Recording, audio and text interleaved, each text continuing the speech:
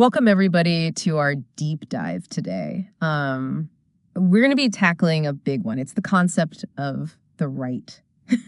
And we're not doing it with broad strokes today. We're bringing the scalpel.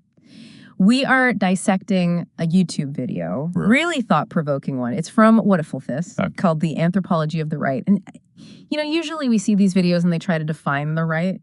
What is it? But this one kind of flips the script. Interesting. Yeah, it does. It argues the best way to understand the right is by looking at what each faction is trying to conserve. What are they trying to protect? What are they trying to hold on to? Intrigued. Yeah, definitely. I certainly was.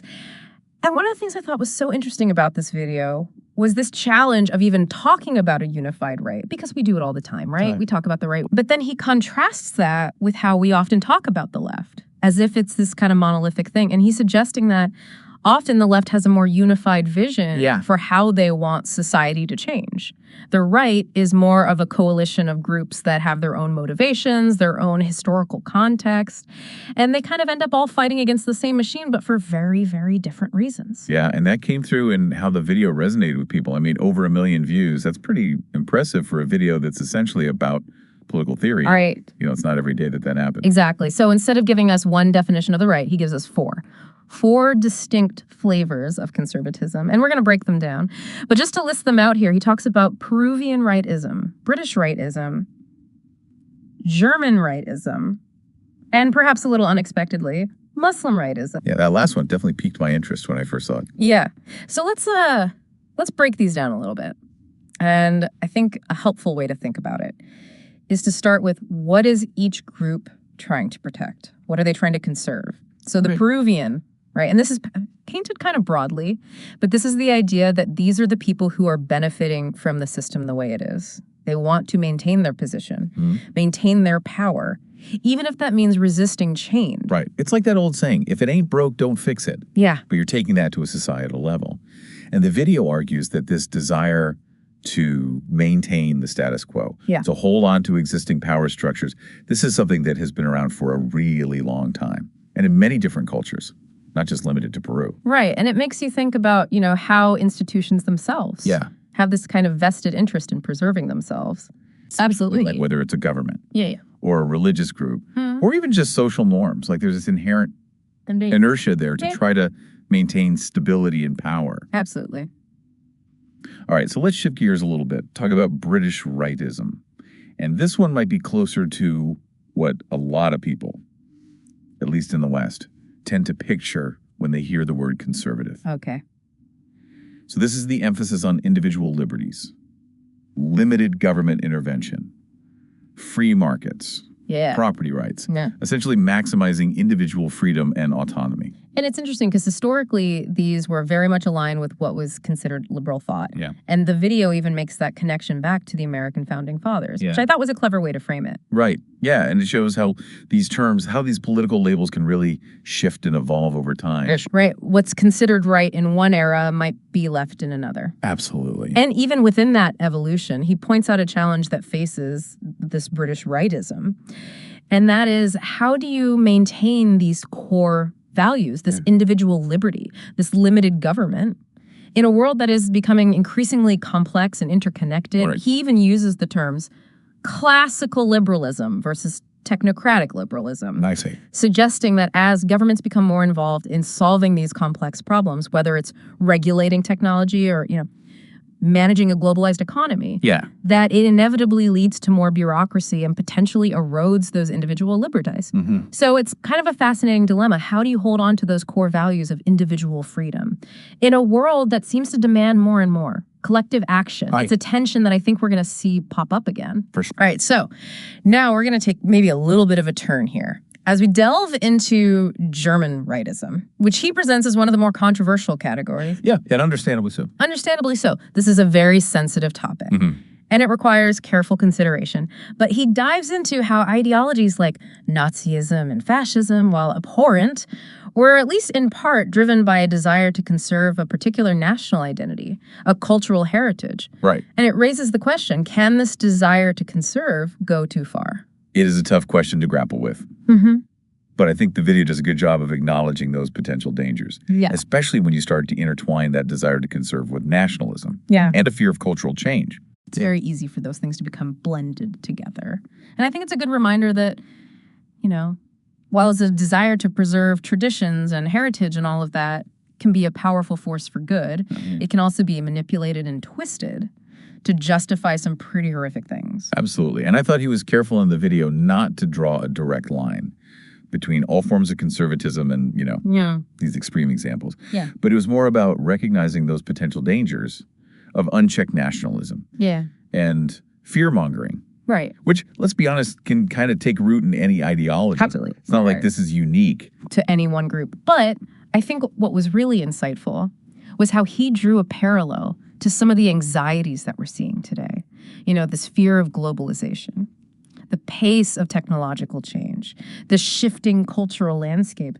And he asks, you know, are there echoes of the past in these modern anxieties? It's a question worth kind of sitting with for a little bit. It is. It makes you wonder if these anxieties aren't addressed in a healthy and productive way. Where could that lead? Could we see similar movements arising in the future? Right. Yeah. It's something to keep an eye on for sure.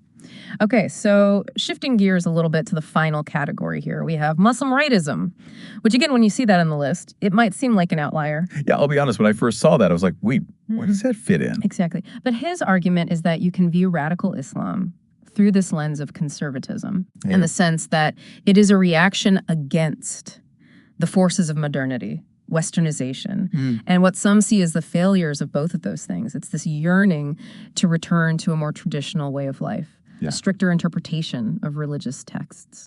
And it's interesting because the video does a good job of highlighting the emotional appeal of that kind of movement, especially in a world that feels like it's changing so rapidly. You know, if you feel like your values are under attack, if you feel like the world is spinning out of control, the promise of a return to something simpler, something more certain, it can be incredibly alluring. Right. And it makes me think about just this broader pattern throughout history of when people feel a sense of loss, whether it's economic security or a sense of community, or even just a belief in a shared cultural identity.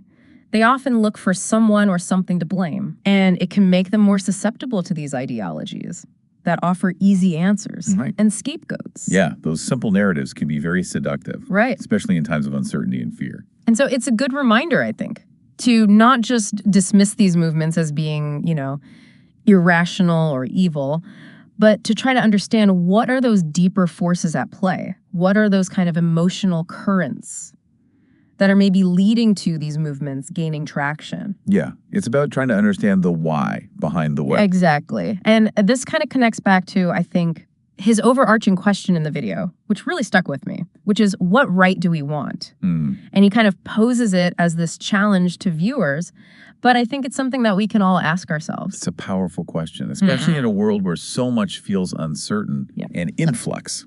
You know, if the right is essentially this collection of different reactions to change, how do you define its goals in a way that's positive and constructive? Right. And he argues that, you know, in his view, each of these flavors of conservatism has ultimately failed, at least in its purest form. So where do we go from here? What is the future of the right?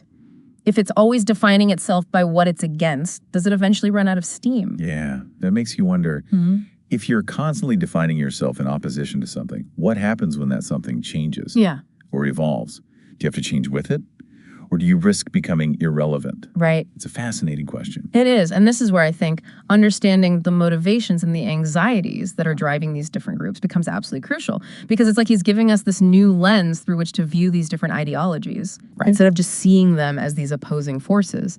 You can start to maybe understand the underlying anxieties, the desires that are fueling them. And maybe that understanding can be a bridge to having more productive conversations, even when there are disagreements. Right. Because even though these groups might seem worlds apart on the surface, it did seem like there were some shared threads running through a lot of them. Yeah, absolutely. And I think one of those threads, and it's something that we've touched on a few times, but it's a recurring theme throughout the video, is this idea of anxiety as a motivating force. Think about it for a second. You know the Peruvian right, fearful of losing their status and power? The British right, concerned about the erosion of individual liberties in a changing world. Even the anxieties that fueled the rise of German rightism. This fear of cultural dilution, economic instability, a loss of national identity. These anxieties, while manifesting in different ways, I think speak to something very fundamental about the human experience. Right. This fear of loss, this desire for security. And it's not just about the intellectual arguments. It's about the emotional responses to these very real changes that are happening in the world. Absolutely. This feeling of being swept along by forces beyond your control, whether it's technological disruption or globalization. Right. Or shifting social norms. I mean, that's something I think a lot of people can relate to, regardless of their political affiliation. It is a universal experience. Yeah. And so it kind of brings us to, I think, what is one of those thought-provoking questions of the entire video, which is, could understanding the motivations and anxieties of these different groups be a key to fostering more productive political dialogues? It's a big question. It is. It's a challenge. It is a challenge. But it's one worth, I think, wrestling with. Because I think it challenges us to move beyond just simply labeling and demonizing those that we disagree with. It asks us to consider the possibility that even those we might disagree with vehemently might be driven by genuine anxieties and fears. To try to see the world through their eyes. Exactly. Even if just for a moment. Even for a moment. Yeah. And who knows, maybe that's the first step towards bridging some of these divides. That seemed to define so much of our world today. It's a good reminder that things are rarely as simple as they seem on the surface. Absolutely. There's always more to uncover, more to understand. And that's what makes these deep dives so interesting. So to everyone listening, if you want to dive even deeper into these ideas, definitely check out that full video. It's on the What a Fault This YouTube channel. It is a journey worth taking. And as always, keep those critical thinking caps. Welcome, everybody.